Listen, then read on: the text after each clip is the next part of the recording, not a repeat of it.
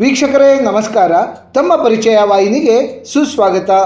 ಆತ್ಮೀಯರೇ, ತಮಗೆಲ್ಲ ತಿಳಿದಿರುವಂತೆ ನಮ್ಮ ಸನಾತನ ಹಿಂದೂ ಧರ್ಮದಲ್ಲಿ ಮತ್ತು ಭಾರತೀಯ ಸಂಸ್ಕೃತಿಯಲ್ಲಿ ಸ್ತ್ರೀಯರಿಗೆ ಅತ್ಯುನ್ನತ ಮತ್ತು ಪವಿತ್ರವಾದ ಸ್ಥಾನಮಾನವನ್ನು ನೀಡಲಾಗಿದೆ.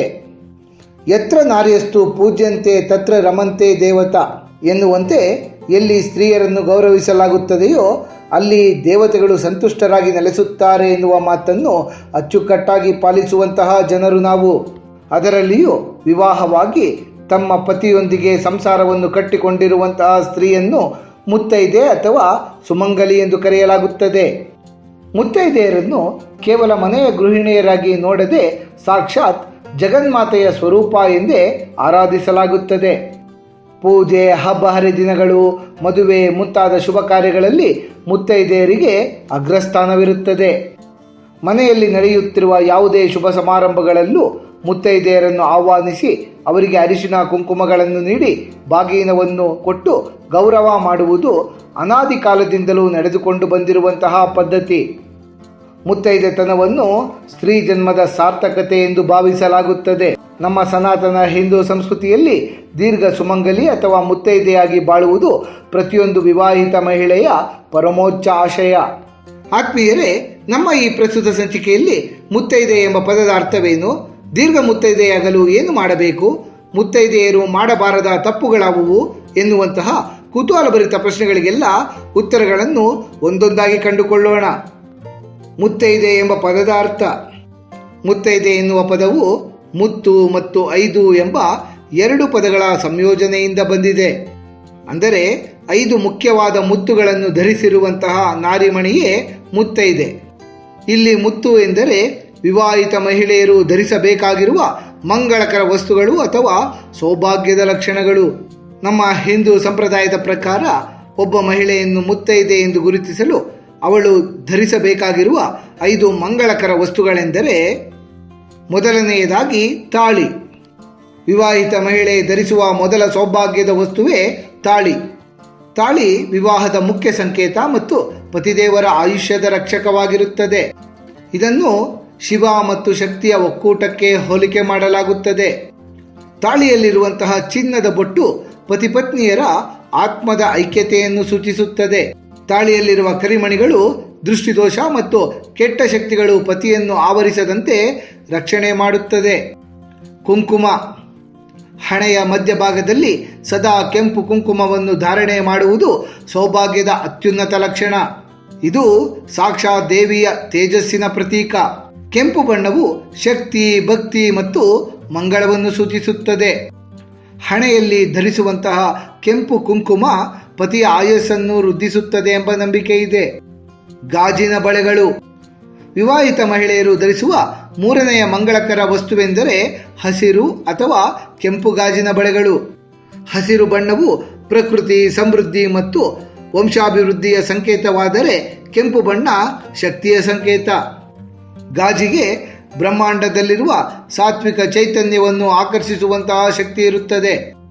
ನಾವು ನಡೆದಾಡುವಾಗ ಮತ್ತು ಕೆಲಸ ಮಾಡುವಾಗ ಗಾಜಿನ ಬಳೆಗಳಿಂದ ಬರುವಂತಹ ಉತ್ತಮವಾದ ನಾದ ಮನೆಯಲ್ಲಿರುವ ನಕಾರಾತ್ಮಕ ಶಕ್ತಿಯನ್ನು ದೂರವಿರಿಸಿ ಸಕಾರಾತ್ಮಕತೆಯನ್ನು ಸೃಷ್ಟಿ ಮಾಡುತ್ತದೆ. ಇದು ಪತಿಯ ಆಯುಷ್ಯ ಮತ್ತು ಆರೋಗ್ಯವನ್ನು ವೃದ್ಧಿಸುತ್ತದೆ ಎಂಬ ನಂಬಿಕೆಯೂ ಸಹ ಇದೆ. ವಿವಾಹಿತ ಮಹಿಳೆಯರು ಖಾಲಿ ಕೈಯಲ್ಲಿರುವುದು ಅಪಶಕುನವಾಗಿರುತ್ತದೆ. ಕಾಲುಂಗುರ. ಕಾಲ್ಬೆರಳುಗಳಿಗೆ ಬೆಳ್ಳಿಯ ಕಾಲುಂಗುರವನ್ನು ಧರಿಸುವುದು ಹೆಣ್ಣು ಮಗಳು ವಿವಾಹಿತಳು ಎಂಬುದರ ಪ್ರಮುಖ ಗುರುತಾಗಿರುತ್ತದೆ. ಸಾಮಾನ್ಯವಾಗಿ ಕಾಲಿನ 2ನೇ ಬೆರಳಿಗೆ ಕಾಲುಂಗುರವನ್ನು ಧಾರಣೆ ಮಾಡಲಾಗುತ್ತದೆ. ಮದುವೆಯ ಶಾಸ್ತ್ರದಲ್ಲಿ ವರನು ವಧುವಿನ ಕಾಲಿಗೆ ಕಾಲುಂಗುರವನ್ನು ಇರಿಸುವ ಮೂಲಕ ಅವಳನ್ನು ತನ್ನ ಅರ್ಧಾಂಗಿಯನ್ನಾಗಿ ಸ್ವೀಕರಿಸಿರುತ್ತಾನೆ. ಇದು ಪತಿಯು ಪತ್ನಿಗೆ ನೀಡುವ ಗೌರವ ಮತ್ತು ರಕ್ಷಣೆಯ ಸಂಕೇತವಾಗಿರುತ್ತದೆ. ಮುತ್ತೈದೆಯರು ಧರಿಸುವಂತಹ ಕಾಲುಂಗುರ ಕೇವಲ ಆಭರಣವಲ್ಲ, ಅದು ಪತಿಯ ರಕ್ಷಾ ಕವಚದಂತಿರುತ್ತದೆ. ಸನಾತನ ಧರ್ಮದ ನಂಬಿಕೆಯ ಪ್ರಕಾರ ಪತ್ನಿ ಧರಿಸುವಂತಹ ಕಾಲುಂಗುರ ಪತಿಯ ದೀರ್ಘಾಯುಷ್ಯ, ಆರೋಗ್ಯ ಮತ್ತು ಉದ್ಯೋಗಗಳ ಪ್ರಗತಿಗೆ ಪೂರಕವಾಗಿರುತ್ತದೆ. ಮೂಗುತಿ.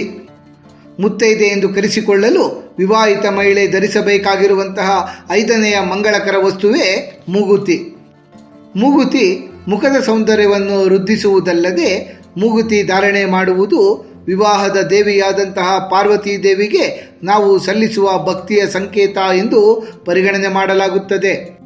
ಏಕೆಂದರೆ ಮೂಗುತಿ ಧರಿಸಿದ ಮಹಿಳೆಯನ್ನು ಪಾರ್ವತೀ ದೇವಿಯ ಸ್ವರೂಪ ಎಂದು ಪರಿಗಣನೆ ಮಾಡಲಾಗುತ್ತದೆ.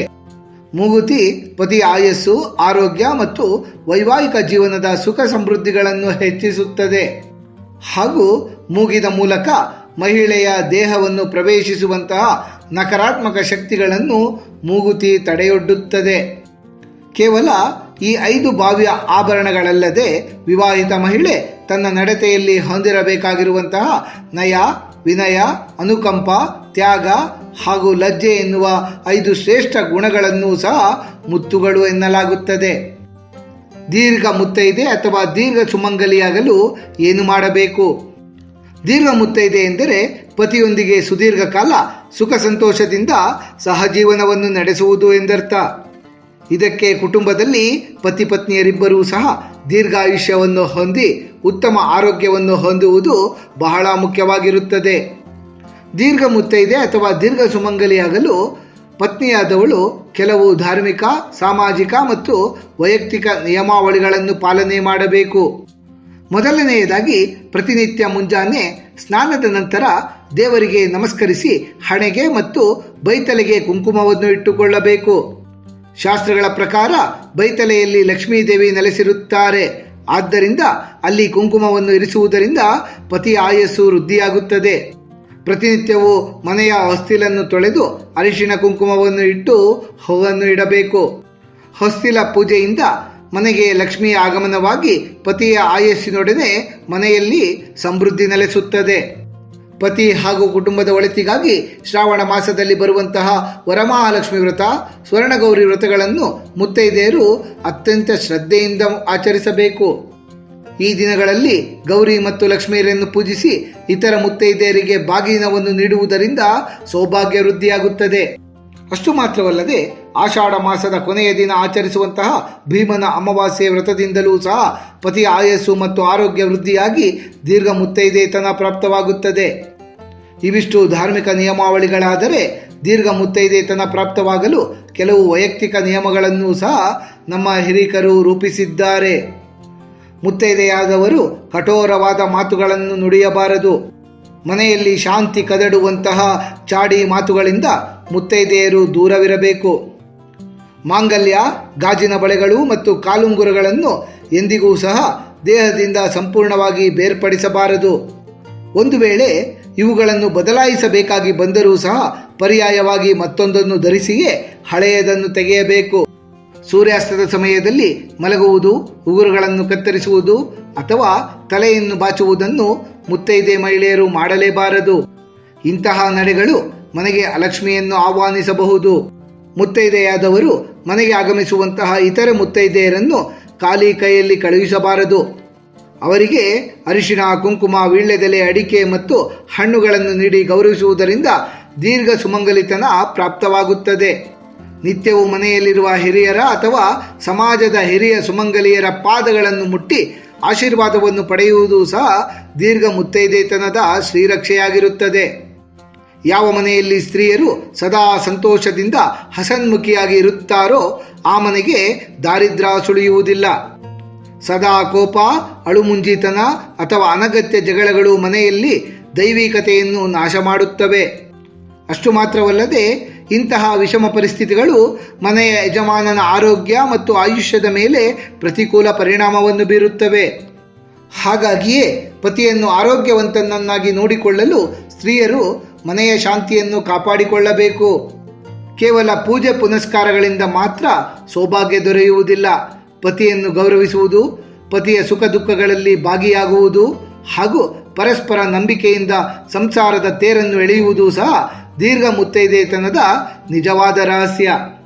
ಆತ್ಮೀಯರೇ, ಮುತ್ತೈದೆ ಎನ್ನುವ ಪದದ ಅರ್ಥ ಮತ್ತು ಮುತ್ತೈದೆಯರು ನಡೆದುಕೊಳ್ಳಬೇಕಾಗಿರುವಂತಹ ಕೆಲವು ನಿಯಮಾವಳಿಗಳ ಕುರಿತಾಗಿ ಸಮಗ್ರ ಮಾಹಿತಿಯನ್ನು ತಿಳಿದುಕೊಂಡ ನಮಗೆಲ್ಲರಿಗೂ ಆ ಭಗವಂತನ ಕೃಪಾ ಕಟಾಕ್ಷ ಸದಾಕಾಲ ಇರಲೆಂದು ಕೋರಿಕೊಳ್ಳುತ್ತಾ ಈ ದಿನದ ಸಂಚಿಕೆಯನ್ನು ಮುಗಿಸುತ್ತಲಿದ್ದೇವೆ.